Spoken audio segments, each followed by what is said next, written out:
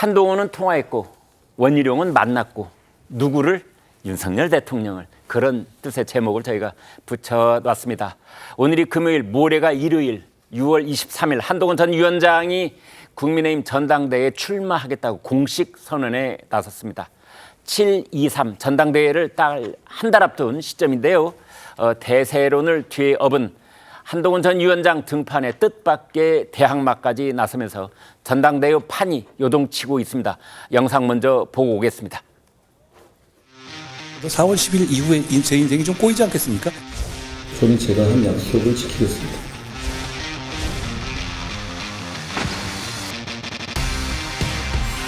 주민들의 의견을 늘 소통하고 대통령께도 전달하고 국회에도 좀 전달하고 꼭 배지가 없다고 일을 못하는 건 아니라고 생각합니다. 열심히 일을 할 거고요.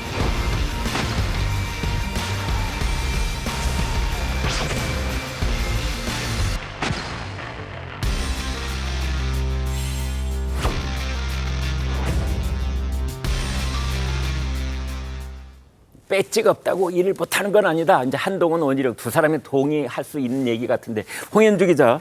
그런데 이제 한동훈 전 위원장이 윤석열 대통령한테 전화를 했다고 그래요? 네, 그렇습니다. 지난 총선 직후 이 윤석열 대통령의 식사 제안을 한 전 위원장이 건강상의 이유로 거절했다는 사실 알려졌었죠. 네. 그런데 이번에는 한 위원장이 먼저 연락했다고 합니다. 통화에서 한 전 위원장은 이기는 정당을 만들겠다면서 이 당대표 출마 결심을 말했고, 윤 대통령은 열심히 해보라라는 취지로 답하면서 격려한 것으로 전해졌는데요. 당정 관계에 대한 당내 우려를 불식시키겠다는 의도로 풀이됩니다. 당대표가 되려면 당심, 원내 의원들의 의견도 의식하지 않을 수가 없겠죠. 한 위원장은 껄끄러운 관계였던 일부 친윤계 의원들에게도 직접 전화를 걸어서 잘 부탁한다는 취지로 말하면서 손을 좀 내밀고 있다고 합니다. 네. 자, 이렇게 뭐 여러 가지 동시다발적으로 소식이 들려오고 있는데, 최병천 소장님께요. 자, 대통령이 이제 한동훈 전 위원장한테 열심히 해보라라는 말을 했다는데, 이게 의례적인 말입니까? 아니면 진심이 담겨 있는 말입니까? 윤석열 대통령이 취임 2주년 때 인터뷰하실 때는 네. 한동훈 전 비대위원장에서 했던 멘트가 저거더라고요.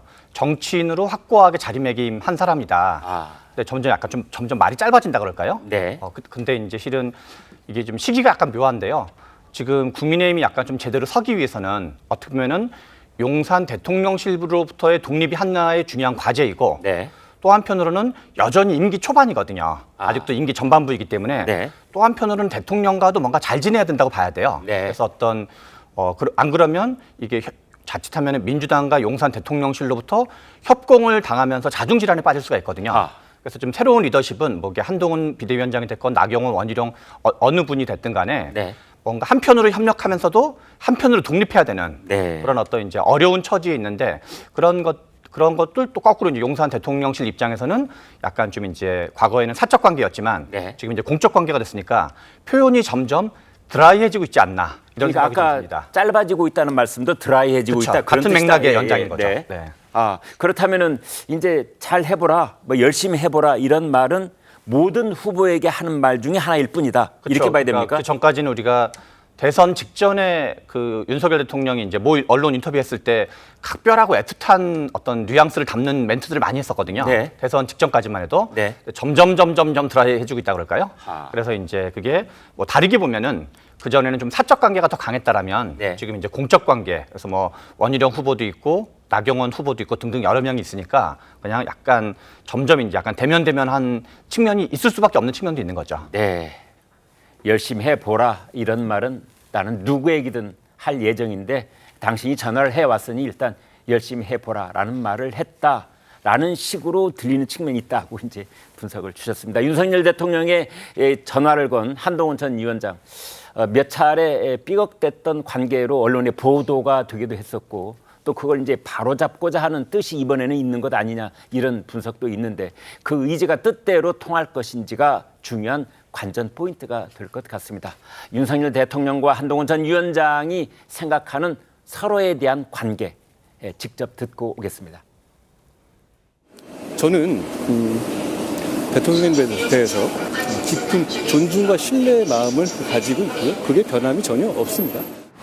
아니, 저와 뭐 20년이 넘도록 이렇게 교분을 맺어온 한동훈 위원장을 언제든지 만날 것이고요.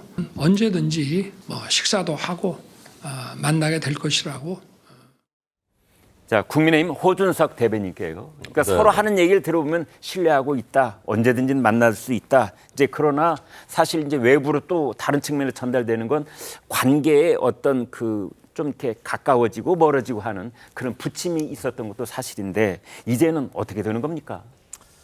좀 전에 이제 드라이해지고 있다라고 말씀하셨지 않습니까? 굉장히 저는 바람직한 방향이라고 생각합니다. 아, 그래요? 네. 네. 그렇게 해야 되는 거죠.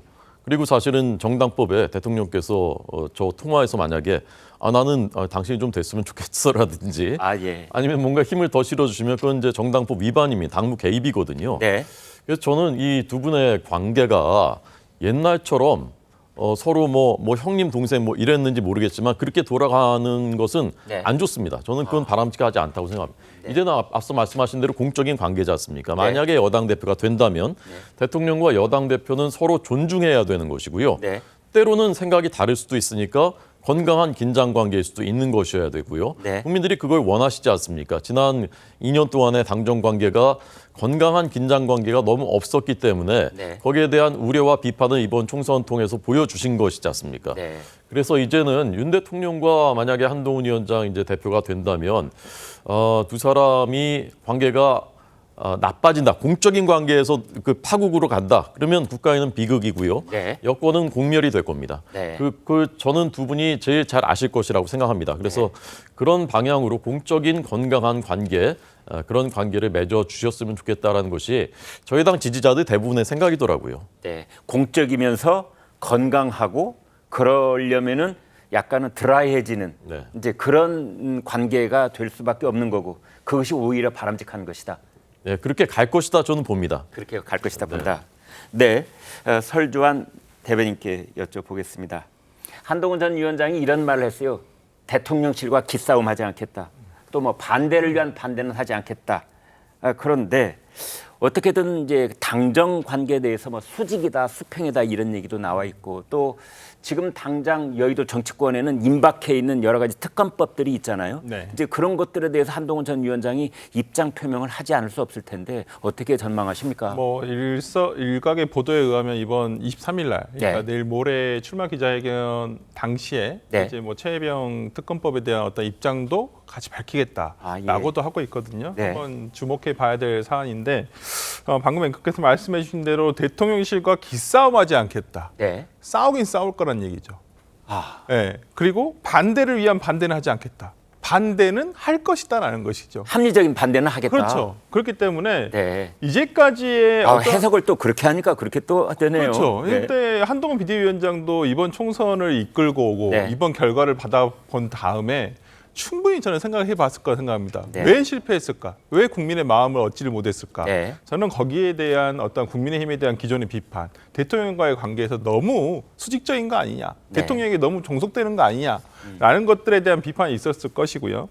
생각을 해보시면 이제까지 민주당 정부, 그다음에 국민의힘 정부, 예를 들어서 10년을 했던 정부를 봐보면 김대중 대통령 다음에 노무현 대통령, 그다음에 이명박 대통령 다음에 박근혜 대통령, 이 두 각 당의 두 대통령이 같은 예를 들어 정치적으로 적자였나요? 아니었어요.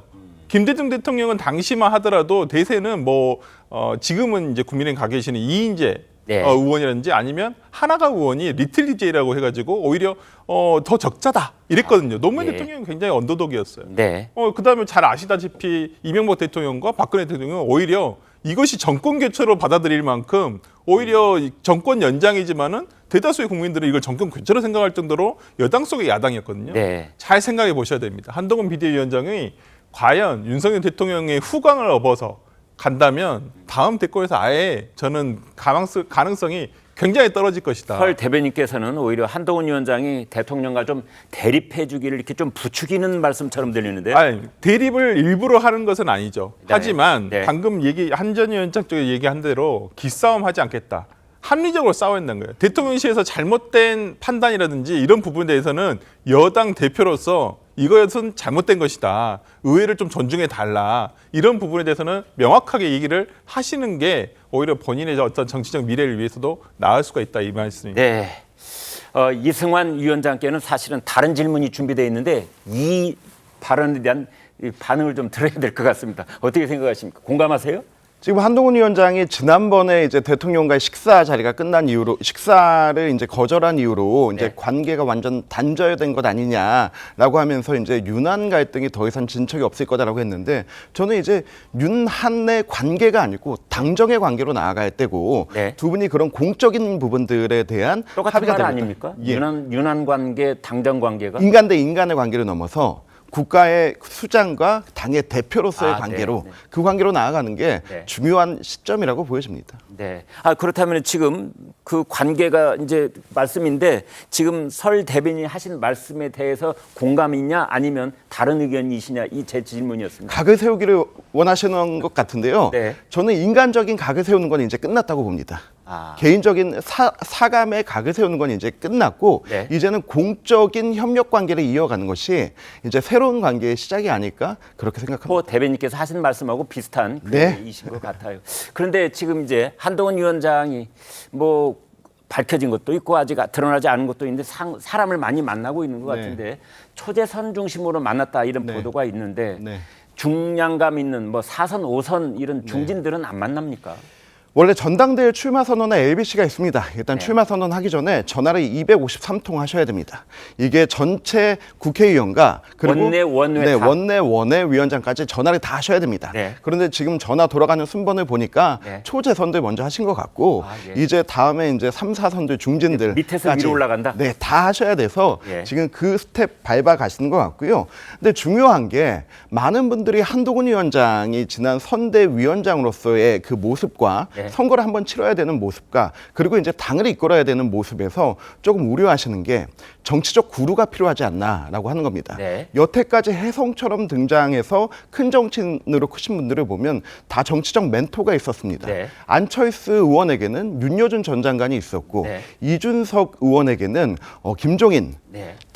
대표가 있었죠. 그리고 하다못해 이재명 대표도 있었어요. 이해찬, 네. 이해찬 대표를 정치적 아버지라고 하지 않았습니까? 네. 그리고 윤석열 대통령도 뭐 민주당 출신인 뭐 김한길 의원이나 이런 분들과 또 많은 소통을 하셨고요. 네. 그런데 한동훈 위원장에게는 그런 정치적 멘토와 구루가 보이지 않는다라고 하는 우려가 많이 있습니다. 있는데 우리가 모르고 있는 거 아닐까요? 그러면 빨리 알려줘야죠. 빨리 알려줘야 그래야지 됩니다. 당원들에게 조금 더 안정감을 줄 수 있거든요. 네. 저도 한동훈 위원장이 그 애니메이션 슬램덩크를 좋아한다고 들었는데 네. 슬램덩크 보면 강백호 같은 캐릭터가 네.